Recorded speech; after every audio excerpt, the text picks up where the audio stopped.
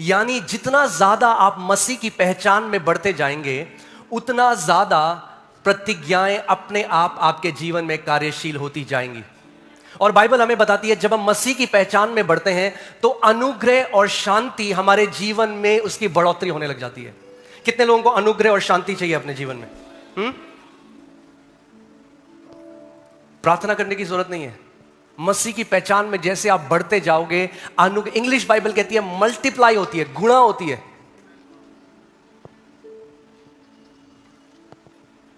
आप जानते हैं हर एक जो व्यक्ति है, हर कोई उसी माप के अनुग्रह में नहीं चल रहा। जैसे जैसे आप मसीह को जानते जाते हैं, अनुग्रह और उड़ेला जाता है आपके ऊपर।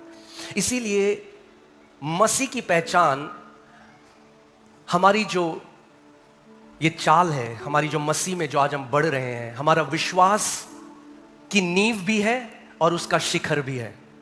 Okay, Jesus Christ is the cornerstone of every theology. यानी जो भी हम पढ़ रहे हैं, हम क्यों पढ़ रहे हैं? कि हम मसीह को और जान सकें। इसलिए नहीं कि हम बहुत ज्ञानी हो सके, इसलिए कि हम मसीह की पहचान में बढ़ सकें।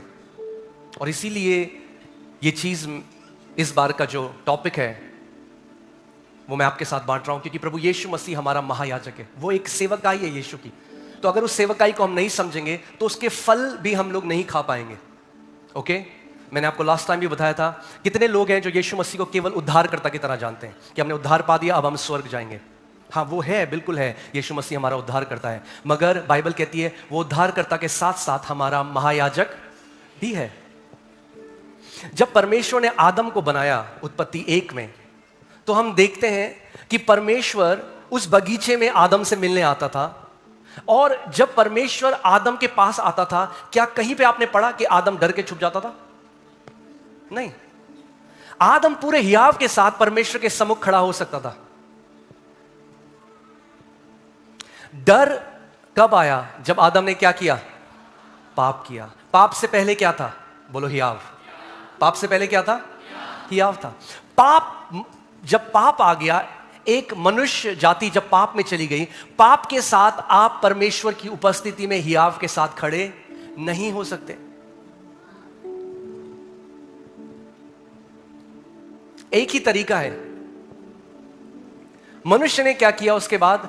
खुद से कोशिश करी, क्योंकि उसने परमेश्वर के सामने क्या खोदी? वो राइट स्टैंडिंग खोदी, जो वो परमेश्वर के सम्मुख खड़ा हो सकता था बिना किसी दोष, बिना किसी डर और हीन भावना के। अब वो राइट स्टैंडिंग थी, जो वो खड़ा हो सकता था ऐसे, अब वो उससे चला गया। इसीलिए अब जब आदम ने परमेश्वर की आवाज सुनाई दी, तो बाइबल क्या बताती है उसने क्या किया? वो डर गया और छुप गया। वही परमेश्वर जो हमें कंफर्ट करने वाला है, जो हमें शांति देने वाला है, अब आदम उसी की आवाज सुनकर डर गया। और उसके बाद मनुष्य ने क्या करना शुरू किया? मनुष्य ने खुद से सोचा कि जब मैं कर्म करूंगा तो मेरे कर्म करने से मैं परमेश्वर के सामने क्या कर सकता हूं? मैं खड़ा हो सकता हूं हियाव से। मगर बाइबल बताती है ऐसा नहीं हो सकता। और इसीलिए हमें एक महायाजक की जरूरत थी। ठीक है, चलिए हम वचन में चलते हैं। इब्रानी 8:1-3 में पढ़ूंगा। अब ध्यान से इसको सुनिएगा। सबसे पहले तो आपको ये बात समझनी है कि इब्रानी की जो पुस्तक है वो क्यों लिखी गई, किसके लिए लिखी गई और क्या उद्देश्य था। ठीक है, आमीन। इब्रानी की पुस्तक इसलिए लिखी गई कि जो यहूदी प्रभु यीशु मसीह में विश्वास करने वाले थे, वो मसीह को छोड़कर वापस व्यवस्था में जा रहे थे। क्या हो रहा था?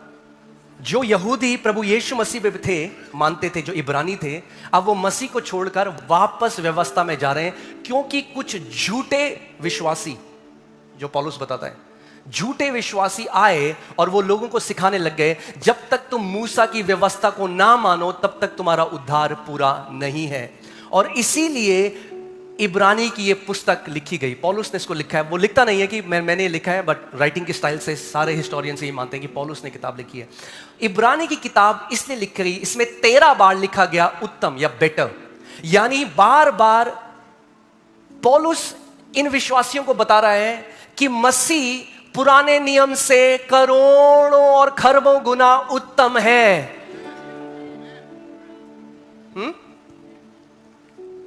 ठीक है, आपको अभी तक ये समझ आ रहा है? तो आपको इसीलिए समझना है कि क्यों, इसीलिए जब आप इब्रानी पढ़ते हो, ऐसी कोई किताब और नहीं जिसमें पुराने नियम की जो बातें वो इतनी लिखी गई। क्यों? क्योंकि जो ऑडियंस है, जो जिन लोगों से बात कर रहा है पौलुस, वो लोग हैं जो व्यवस्था से निकले हुए हैं। ठीक है, वो व्यवस्था को जानते हैं, व्यवस्था को जानने वाले हैं। अगर एक जानवर की बलि देने से मनुष्य पवित्र बन जाता तो वो चढ़ाना बंद क्यों ना हो जाता, पर क्योंकि वो मनुष्य को पवित्र नहीं कर सकता था वो चढ़ावा, इसीलिए हर साल उसको लगातार चढ़ाना पड़ता था। इसीलिए जब सेवा करने वाले एक ही बार शुद्ध हो जाते तो फिर उनका विवेक उन्हें। आज कितनी सारी टीचिंग है जिसमें मसीहों को पुलपिट से पापी बोला जाता है। क्यों? आपको समझना पड़ेगा, दो तरह के पुलपिट हैं आज भी चर्च में। एक सिनाई पर्वत के ऊपर जहां से व्यवस्था दी गई, और एक सिय्योन पर्वत के ऊपर जहां से अनुग्रह और शांति की बात कही गई। व्यवस्था हमेशा मृत्यु को पैदा करता है, मित्र को नहीं। मित्र नए नियम में, ठीक है? हिंदी समझ में आ रही है ना? अमेरिका में तो नहीं हूं मैं। हाँ, बहुत चुप हो आप बहुत ही गणन मंथन कर रहे हैं। ठीक है, ध्यान से सुनिए। तो फिर उनका विवेक उन्हें पापी ना ठहराता। यानी व्यवस्था में लोगों का विवेक उन्हें बार बार क्या ठहराता था?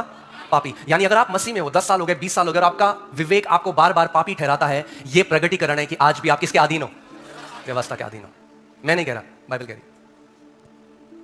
यानी आज भी आप पुराने नियम में जी रहे हो। अगर आज भी आप अपने आप को पापी देखते हो, अगर आज भी आपका विवेक आपको पापी दोष लगाता है, तो फिर आप व्यवस्था के अधीन हो। परंतु उनके द्वारा प्रति में पापी ना ठहराता। आज कितने सारे मसीह हैं जिनका विवेक उन्हें पापी ठहराता है।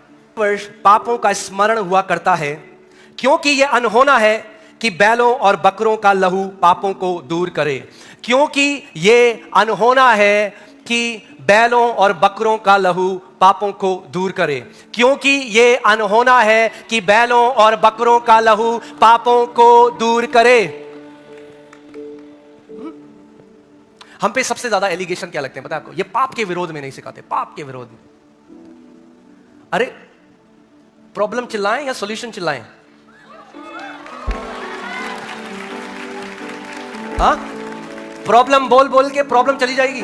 अरे पुराने नियम में जो एक हफ्ते में 3 बार उपवास रखते हैं, पुदीने और जीरे की भी दशमांश देते हैं, अरे जब वो पाप से नहीं छुटकारा पा सके तो धर्म कर्म के कामों से और व्यवस्था के द्वारा आप और मैं भी नहीं छुटकारा पा सकते।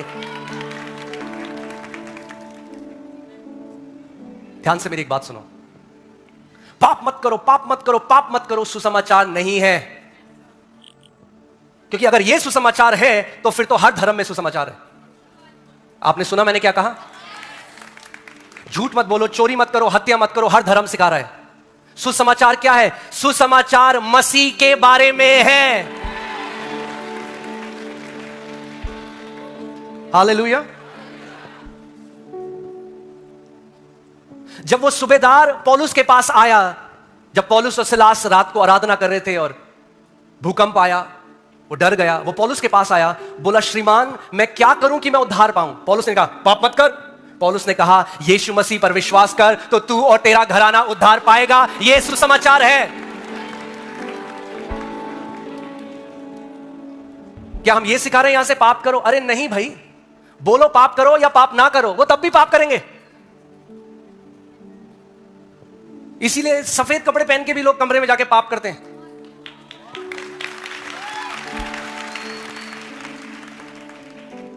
क्योंकि पाप एक बंधुआई है।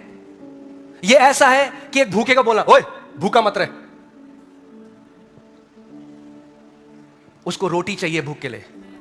एक पापी को उद्धार चाहिए।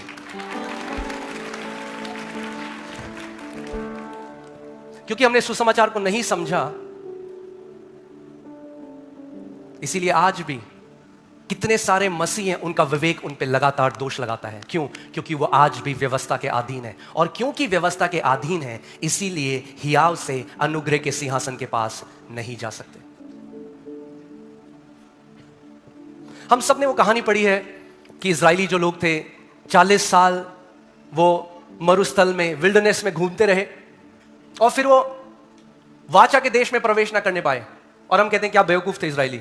मगर हम ये नहीं समझते उस कहानी के पीछे एक सीख है, और सीख ये है कि दास कभी भी प्रॉमिस लैंड में एंटर नहीं कर सकता।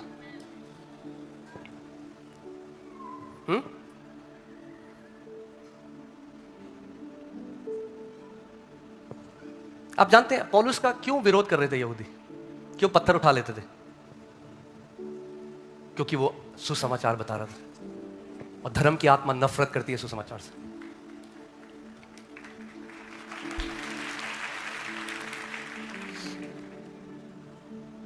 आमीन। सो सॉल्यूशन बताते हैं ना, प्रॉब्लम तो बता रहे हैं लोग बहुत टाइम से।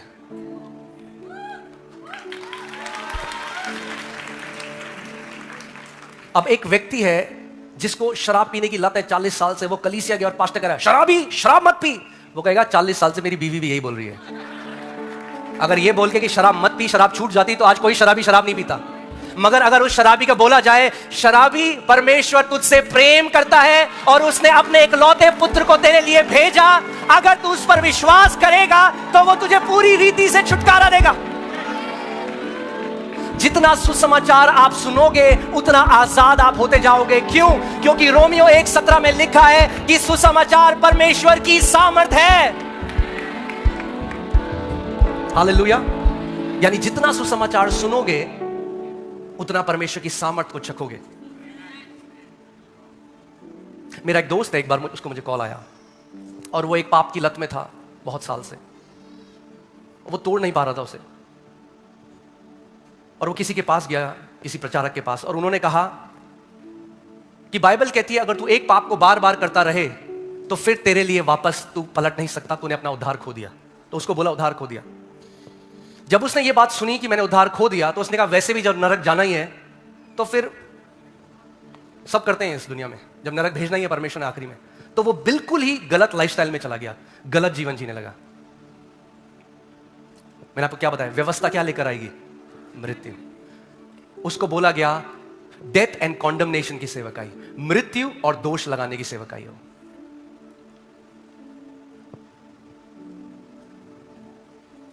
अगर आप एक ऐसे पुलपिट के अधीन हो जहां पे आपको दोष लगाया जाता है तो वो पुलपिट सिनाई पर्वत पे है। मगर अगर आप ऐसे पुलपिट से सुनते हो जहां मसीह को उठाया जाता है तो वो सिय्योन पर्वत में लगा हुआ है।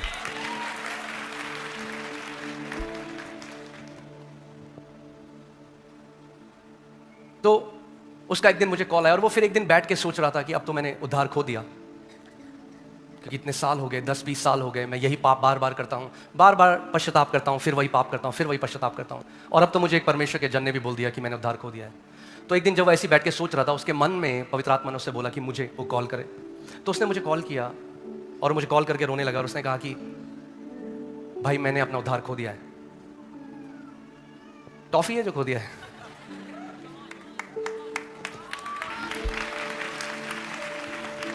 क्योंकि जाने ही नहीं उद्धार क्या है, तो खो दिया है। चीज थोड़ा है जो प्रभु ने दी है।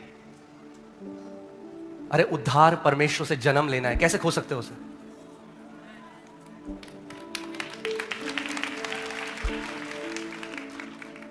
तो मैं उसे बार बार, अब मैं प्रचार में उसे, मैंने 1.5 घंटे 2 घंटे उससे बात करनी शुरू करी रोज। मगर उसे अब क्या दिखा रहा हूं?